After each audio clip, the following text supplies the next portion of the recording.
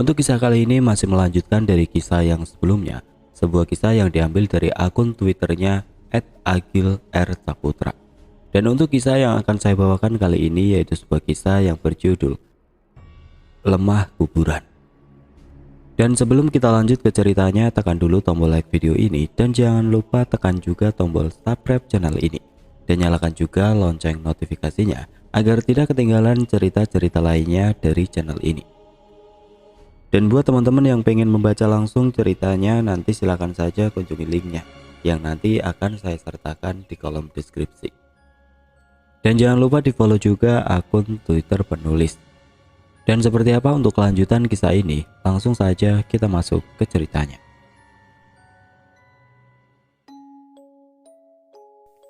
Di depan rumah sang lurah, terlihat Mbak Gotro yang sudah berdiri di teras seraya menghisap rokoknya. Begitu juga dengan Pak Lurah Pawiro yang tampak memapa Bu Sundari menaiki mobil sedan keluaran 5 tahun lalu itu. Dan terlihat juga Mbok Tun berjalan di belakang sambil menenteng sebuah bingkisan dengan satu tangan. Waktu itu bersamaan pula dengan datangnya kelima kadus-kadus kusut itu yang segera bergegas berlari menghampiri. Waduh, ya jelas tidak muat ya mobilnya.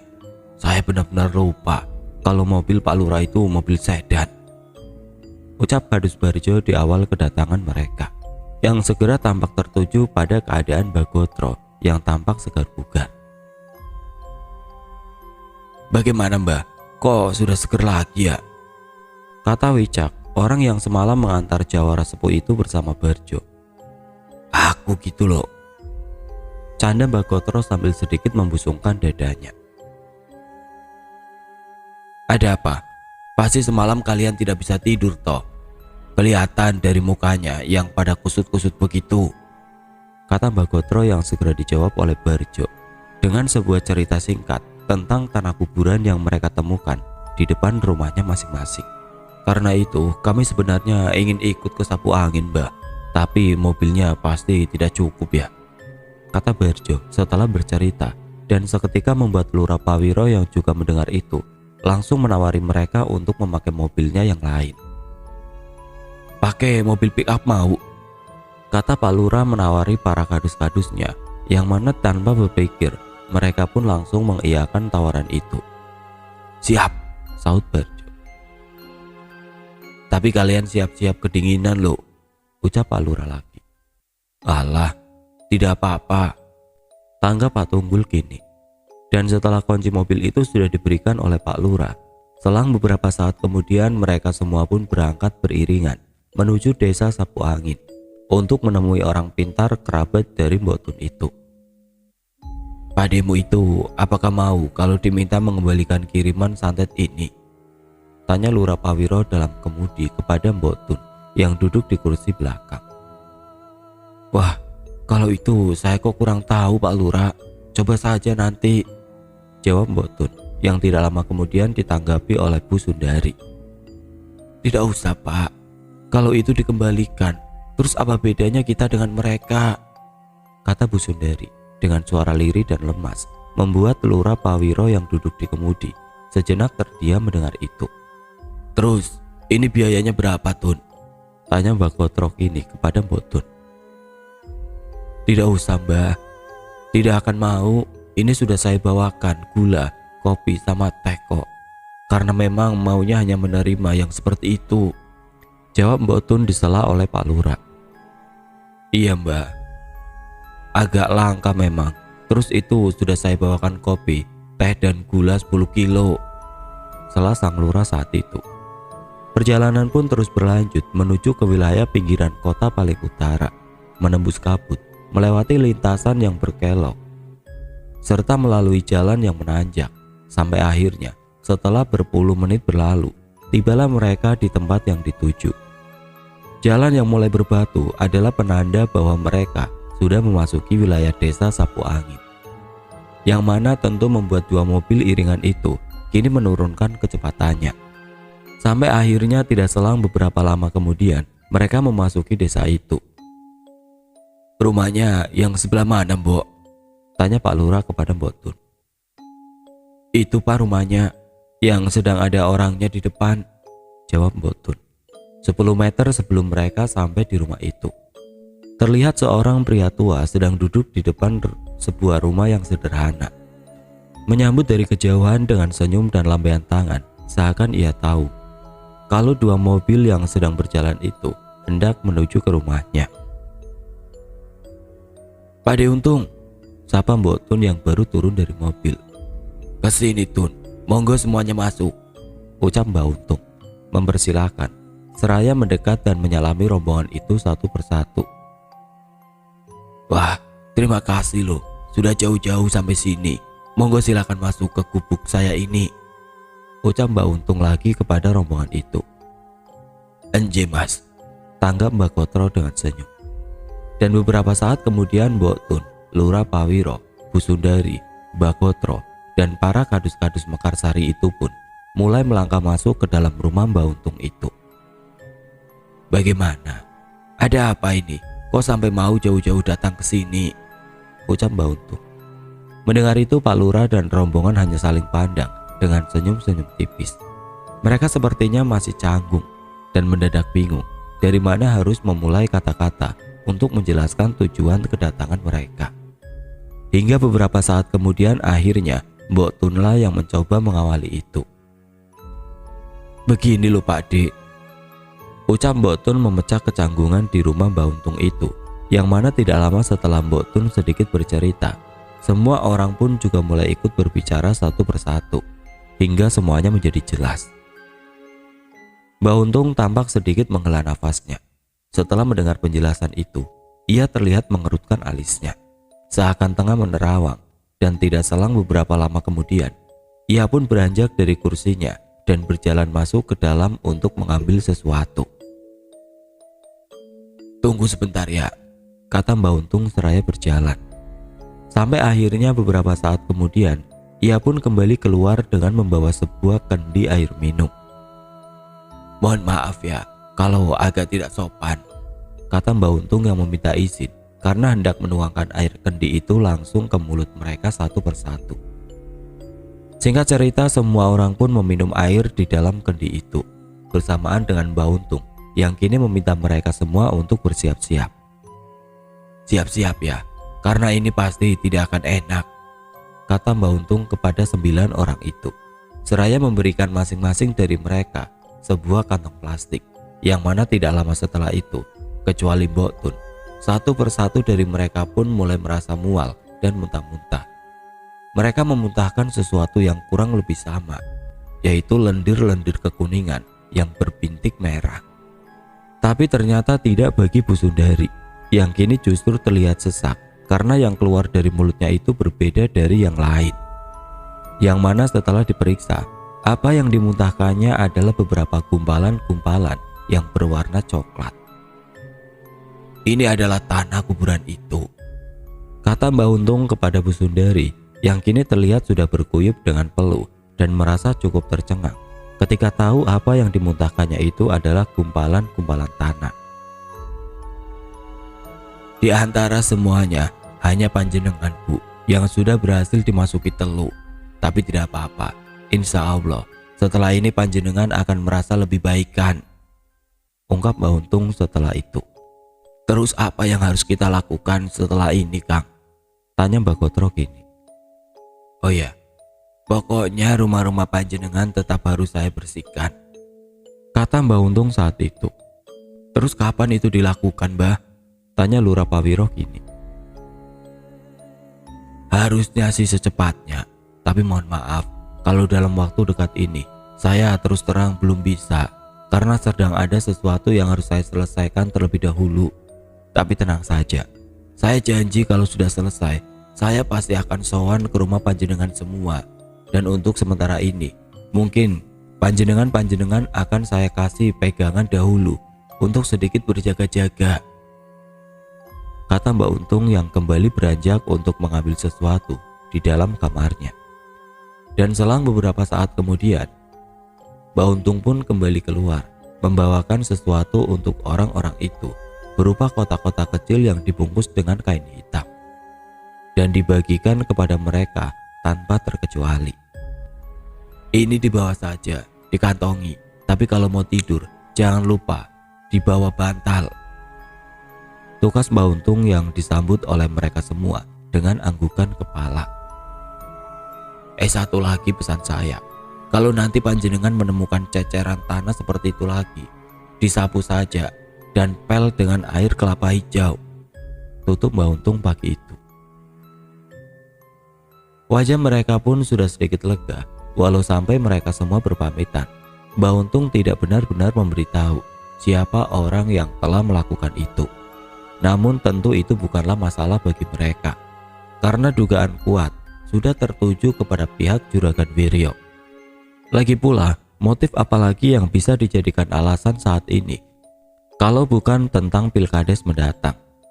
Wah, badanku kok jadi enak gini ya Pak, kata Bu Sundari kepada Pak Lurah saat mereka dalam perjalanan pulang.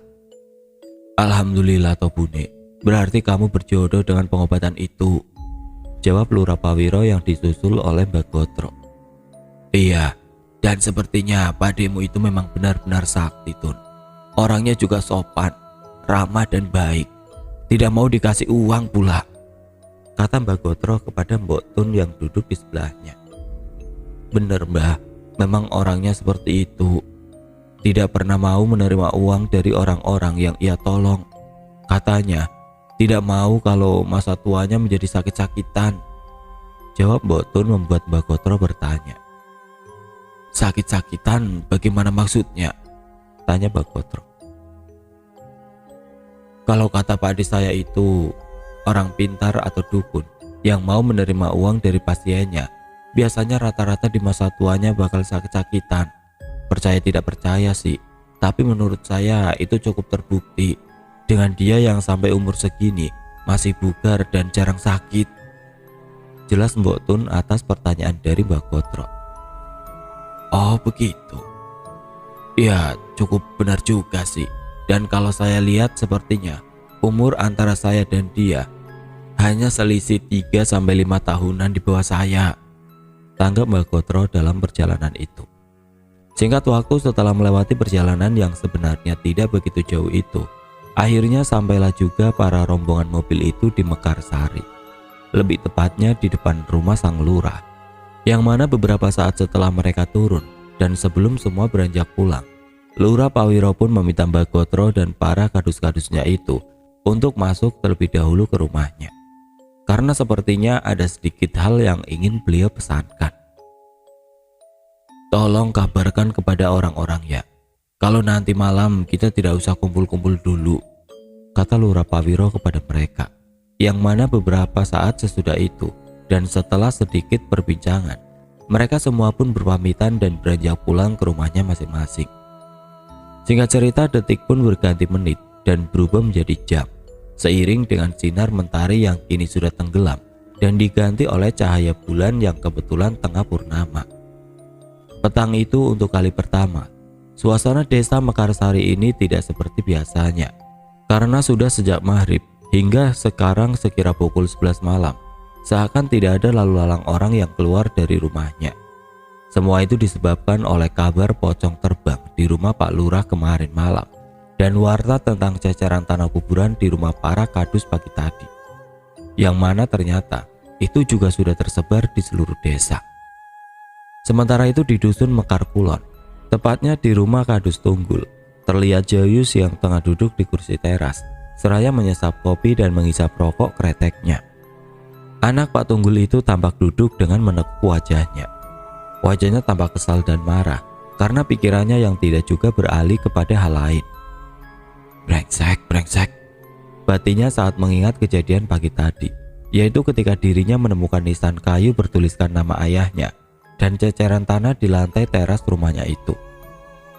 Sedikit banyak Jayus merasa bersalah, dan itu tidak bisa ia hindari juga, karena walaupun secara tidak langsung bagi Jayus, ia merasa bahwa dirinya adalah salah satu penyebab dari kekacauan pilkades ini.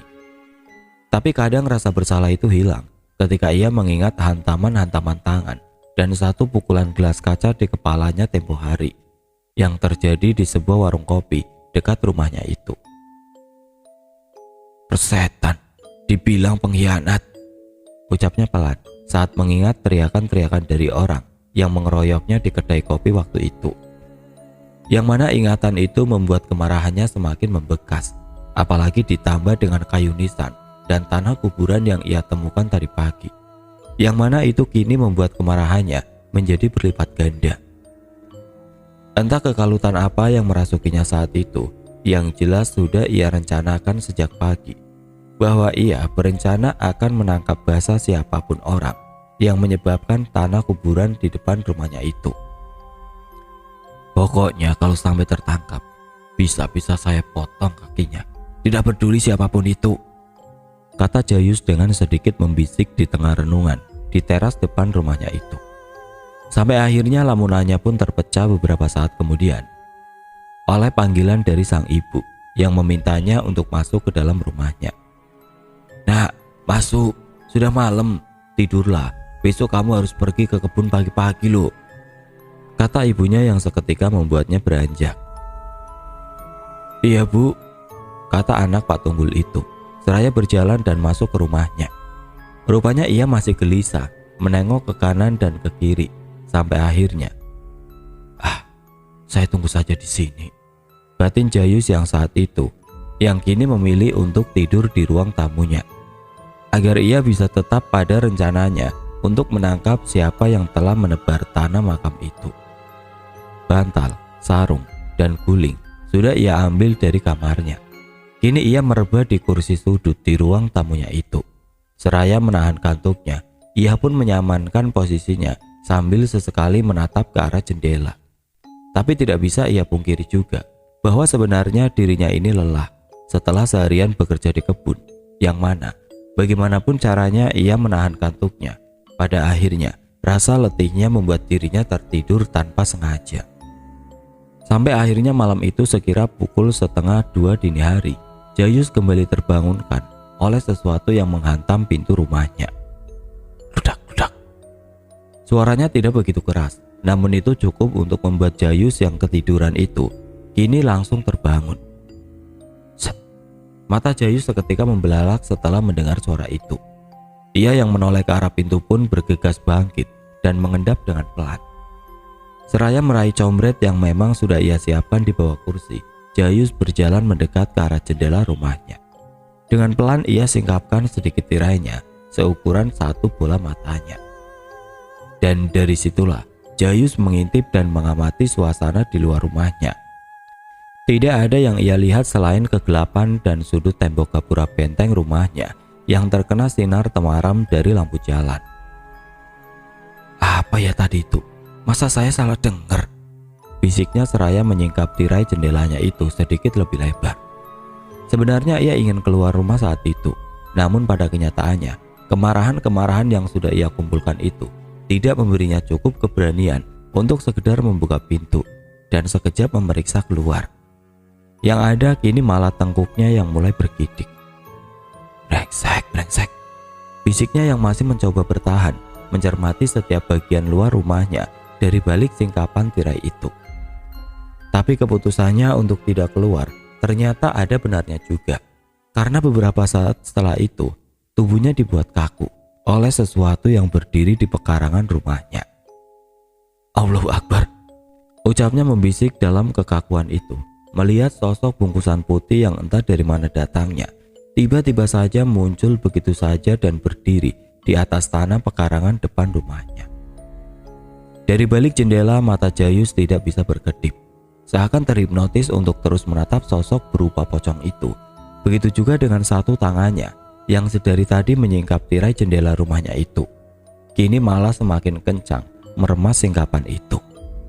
Suasana pun semakin kacau ketika sosok pocong itu kini mulai terbang rendah, melandai mendekatinya, seperti tahu kalau ada orang yang tengah mengintai dari balik jendela.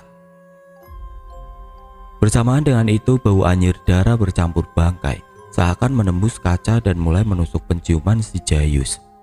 Tapi lagi-lagi hal itu tidak serta-merta membuat tubuhnya yang kaku bisa berlari menjauh. Sampai akhirnya sosok itu kini berhenti dan berdiri satu langkah di depan matanya. Walau itu masih tersekat kaca jendela, namun rupanya wajahnya terlihat sangat jelas di mata si Jayus. "Allahu Akbar, Allahu Akbar, Bismillah," ucap Jayus dengan lidahnya yang keluh dan tubuhnya yang semakin gemetar. Sampai akhirnya dengan sisa-sisa keberaniannya, ia pun mulai membaca doa yang saat itu terlintas di pikirannya, yang mana itu seperti memberinya sedikit kekuatan. Hingga tidak lama setelah itu, perlahan Jayus pun bisa melangkah mundur, meski dengan matanya yang belum bisa berpaling ke arah lain. Dan bersamaan dengan itu, keanehan pun bertambah ketika singkapan tirai yang sudah terlepas dari jemarinya tidak juga menutup seperti seharusnya. Dan benar saja, karena beberapa detik setelah ia kehilangan jangkauan, kini secara tiba-tiba wajah dari pocong itu sudah berada memenuhi celah di antara singkapan tirainya. Seketika Jayus pun limbung, terhuyung mundur, bersamaan dengan suara komret yang ia genggam kini terjatuh di lantai rumahnya. "Mama," kata Jayus yang perlahan penglihatannya semakin memudar dan kian gelap, yang mana pada akhirnya malam itu dirinya yang sudah diambang batas pun terjatuh dan terkulai di lantai di ruang tamunya itu. Jayus tidak sadarkan diri. Masih di malam yang sama di rumah Pak Tunggul. Meski teriakan Jayus tidak begitu didengar, namun combretnya yang terjatuh di lantai berhasil membangunkan ibunya. "Apa itu, Pak?" kata istri Pak Tunggul tersentak membangunkan suaminya. Pak, panggil ibu Jayus itu kembali seraya mengguncang tubuh Pak Tunggul sedikit lebih kencang. "Kenapa sih, Bu?" tangga Pak Tunggul yang akhirnya terbangun. "Ada suara seperti benda jatuh di luar. Coba periksalah," pinta sang istri yang membuat Pak Tunggul bergidik tanpa sebab. "Wah, jangan-jangan," batin Pak Tunggul yang langsung mengambil bungkusan hitam yang diberikan oleh Mbak Untung tadi pagi dari balik bantalnya dan seraya meminta istrinya untuk menunggu di kamar. Pak Tunggul pun kini bangkit dan beranjak keluar dari kamarnya. "Kamu tunggu di sini saja, Bune," kata Pak Tunggul sambil membenarkan sarungnya dan berjalan keluar dari kamar. Ia pun melangkah mengendap menuju ruangan paling depan di rumahnya itu, seraya menaikkan saklar lampu di setiap ruangan yang ia lewati, hingga akhirnya ia pun melihat tubuh anaknya tergeletak di ruang tamu. "Yus," panggilnya membisik, menghampiri si Jayus yang terlentang di bawah lantai. "Bangun, Yus, bangun," kata Pak Tunggul menepuk-nepuk pipi anaknya itu, yang beruntungnya tidak butuh waktu lama untuk membuat Jayus terbangun. Meski diawali dengan teriakan saat pertama ia membuka matanya. "Wah, pocongan," kata Jayus sambil menunjuk-nunjuk ke arah tirai yang tadi tersingkap itu. Pak Tunggul agaknya paham dengan situasi itu dan segera memapa Jayus untuk bangkit dan masuk ke dalam kamarnya. "Ayo, masuk ke kamar saja," kata Pak Tunggul merangkul anaknya itu sambil berjalan menuju kamarnya. Pocongan," kata si Jayus berulang kali. "Sudah, tidak ada apa-apa. Ayo masuk dulu saja," kata Pak Tunggul kepada Jayus yang tampak sangat ketakutan itu. Jayus pun dimasukkan ke dalam kamarnya bersamaan dengan istri Pak Tunggul yang turut keluar setelah mendengar kata-kata tidak lazim keluar dari mulut anaknya itu. "Pocong," batin istri Pak Tunggul yang langsung beranjak menyusul ke kamar Jayus. "Ada apa, Pak?" tanya sang istri beberapa saat setelah ia masuk ke dalam kamar anaknya itu. Pak Tunggul hanya terdiam, tidak bisa menjelaskan apa yang tengah berlaku, sampai akhirnya suasana pun terpecahkan oleh Jayus yang kini menangis. "Ada pocong di luar," kata Jayus di antara tangisannya, membuat ibunya kini segera mendekat dan memeluk anaknya yang tengah ketakutan itu. Sudah, kata istri Pak Tunggul mengusap punggung si Jayus. Hingga selang beberapa detik di tengah suasana yang agaknya masih tegang itu, kini tiba-tiba teralihkan oleh suara gedoran di pintu depan. Dok, dok, dok.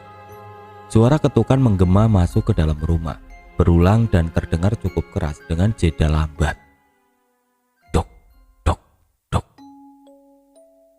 Harusnya Pak Tunggul tahu ini bukanlah ketukan biasa. Namun entah mengapa saat itu, sepertinya ia merasa perlu untuk memastikannya. Sebentar, kata Pak Tunggul seraya keluar dari kamar.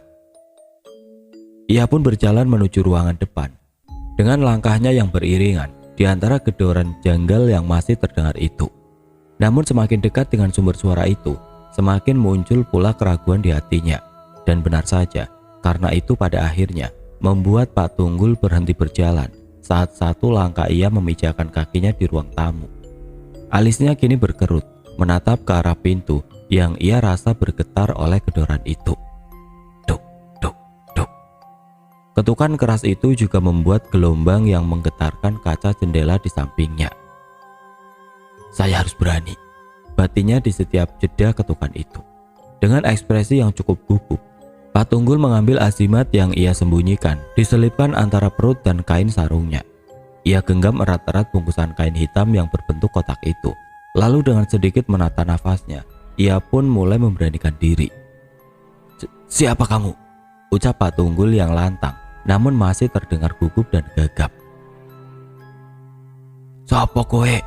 Ucapnya lagi beberapa saat setelahnya, beriringan dengan rasa sedikit panas yang perlahan ia sadari di satu tangannya yang menggenggam azimat itu.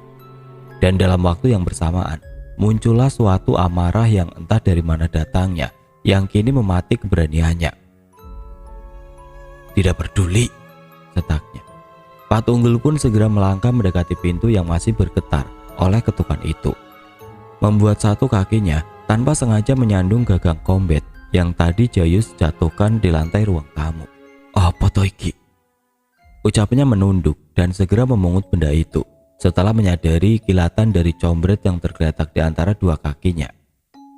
Siapa kamu? Sentaknya kembali beberapa detik setelah ia menegakkan tubuhnya yang untuk kali ini ia mengucapkan itu sambil mengacungkan combret yang baru saja dipungutnya itu ke arah pintu. Dan disinilah suara gedoran itu pun akhirnya berhenti. Suasana pun mendadak sunyi senyap, membuat Pak Tunggul perlahan mulai berasumsi bahwa kejanggalan ini sudah berakhir. Dan setelah beberapa saat memastikan bahwa itu benar-benar sudah hilang, tidak lama kemudian ia pun memutuskan untuk masuk kembali menuju kamar anaknya. Di antara degup jantung yang terasa masih kencang, Pak Tunggul kini berbalik, melangkah dengan combret dan azimat yang masih ia genggam. Tapi ternyata ini belum benar-benar selesai. Karena baru sekira beberapa, tampak ia berjalan, secara tiba-tiba muncullah suara samar-samar, tawa yang membisik. Suara seorang lelaki terdengar samar di telinga Pak Tunggul, membuatnya sejenak berhenti dan memastikannya. Di sisi lain, Pak Tunggul berharap itu hanyalah ilusi dari pendengarannya saja. Tapi keadaan segera berkata tidak. Ketika suara tawa itu kini terdengar lagi. Suara itu kembali terdengar dan kini terus berulang. Namun Pak Tunggul yang dipaksa oleh keadaan untuk mencermatinya, kian lama kian merasa aneh dengan suara itu.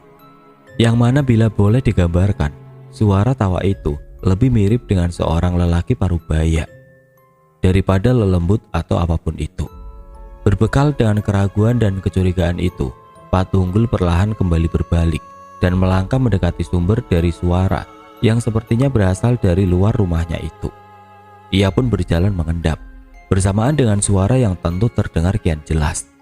Hingga akhirnya, sampailah ia di depan pintu. Dengan tekad yang masih tersisa, tangan Pak Tunggul pun perlahan meraih gagang pintu dan membukanya. Ceklak. Pintu telah terbuka. Bersamaan dengan suara tawa itu yang anehnya tiba-tiba hilang begitu saja. Dan dari dalam rumahnya itulah, melalui ambang pintu, kini Pak Tunggul mengamati keadaan di luar. Pada awalnya sepertinya tidak ada apapun yang dilihatnya selain kegelapan malam dan cahaya temaram lampu jalan di depan rumahnya. Hingga di suatu ketika, pikirannya mendadak curiga. Saat tanpa sengaja pandang matanya melewati salah satu sudut gelap di pekarangan luar rumahnya itu.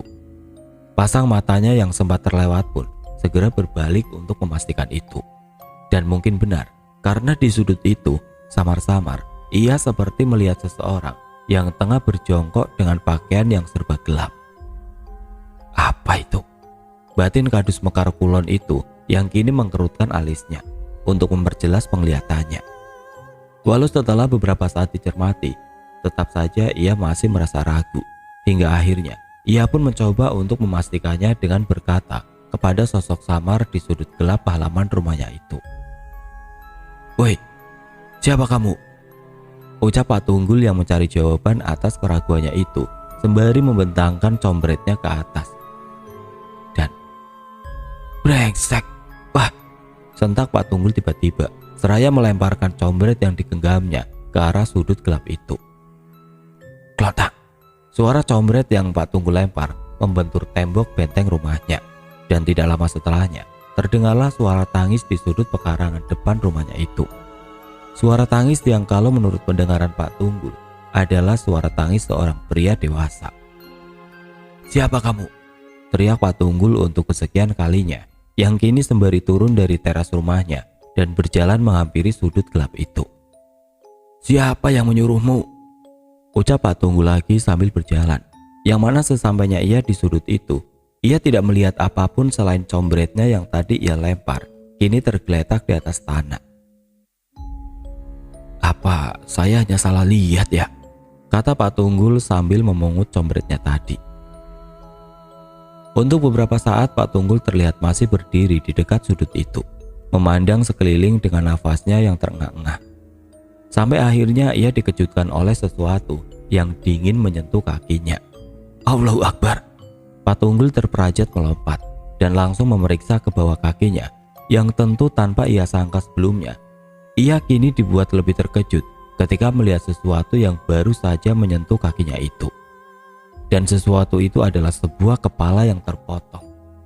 Gundul pringis, kalau orang Jawa biasa menyebutnya, tergeletak di atas tanah di depan dua kaki Pak Tunggul yang berdiri tegak. Awalnya ia tidak menyadari kalau itu adalah sebuah kepala, sampai pada ketika kepala tanpa tubuh itu tiba-tiba mulai mengeluarkan suara dan berbicara. Katanya suruh mampir, tapi masuk saja kok tidak boleh, kata sosok kepala tanpa tubuh itu. Ya Allah, ya Allah! Teriak Pak Tunggul berlari terbirit masuk ke dalam rumahnya. Jeglek! Suara pintu yang dibanting oleh Kadus Mekar Kulon itu yang segera bergegas masuk ke dalam kamar anaknya. Ada apa toh Pak? Tanya istrinya yang terkejut oleh kedatangan Pak Tunggul yang panik. Sudah, sekarang tidur saja, besok saya ceritakan, ucap Pak Tunggul seraya melompat ke atas ranjang. Apakah pintunya sudah dikunci Pak? Tanya sang istri setelah itu. Belum Bu. Ah biarin, sudahlah, jawab Pak Tunggul yang seraya mematik kekesalan istrinya itu. Alah, sama hantu kok takut, jawab sang istri yang langsung beranjak turun dari ranjang anaknya itu. Dan sambil menggerutu, ia pun berjalan menuju ruang tamu. Ia sambar sapu lidi yang tersandar di tembok ruang tengah, dan ia tenteng hingga di depan pintu. Mana hantunya? Saya akan pukul kepalanya, ucapnya sambil membuka pintu lebar-lebar dan berjalan keluar. Seraya menenteng sapu lidi dan berdiri di lantai terasnya, istri Pak Tunggul itu mencermati setiap sudut depan rumahnya. Hingga tidak lama kemudian, bau amis bercampur bangkai pun tiba-tiba menyerbak, menembus hidungnya. Yang mana secara tidak terduga keadaan itu malah membuat istri Kadus Mekar Kulon itu merasa tertantang. Hei, keluar kalian semua, sini hadapi saya, Siti Sumantri, tidak takut, teriak istri Pak Tunggul menyebutkan nama dirinya seraya menepuk-nepuk ujung dadanya. Ah, sudah mulai gila ibumu itu, kata Pak Tunggul kepada Jayus setelah mendengar teriakan maki dari istrinya yang berada di luar. Membuat Pak Tunggul saat itu mau tidak mau harus menyisihkan ketakutannya dan segera menghampirinya. Ayo Bu, masuk, kata Pak Tunggul yang langsung menyeret istrinya masuk dan segera mengunci pintu rumahnya. Sampean tidak kenapa-napa toh Bu? Tanya Pak Tunggul yang menuntun istrinya. Saat itu ia merasa heran karena tidak biasanya istrinya berperangai seperti itu. Sudah, ayo masuk ke kamar, kita tidur saja, jawab Bu Siti Sumantri atas pertanyaan suaminya itu, yang membuat Pak Tunggul kian merasa heran. Namun dalam keadaan malam itu, bagi Pak Tunggul, sepertinya mewajarkannya adalah pilihan yang terbaik. Hingga tanpa berpikir lebih jauh, mereka pun memilih untuk beristirahat. Yus, pindah ke kamar bapak yang lebih luas, tugas Pak Tunggul kepada anaknya. Dan setelah semua yang terjadi, mereka pun kini tidur bertiga dalam satu kamar, mencoba untuk berusaha terlelap melewati malam yang sangat janggal itu. Oke teman-teman, sampai di sini dulu ceritanya. Nantikan kelanjutan kisah ini di video berikutnya. Agar tidak ketinggalan, klik tombol subscribe channel ini dan nyalakan lonceng notifikasinya. Wassalamualaikum warahmatullahi wabarakatuh.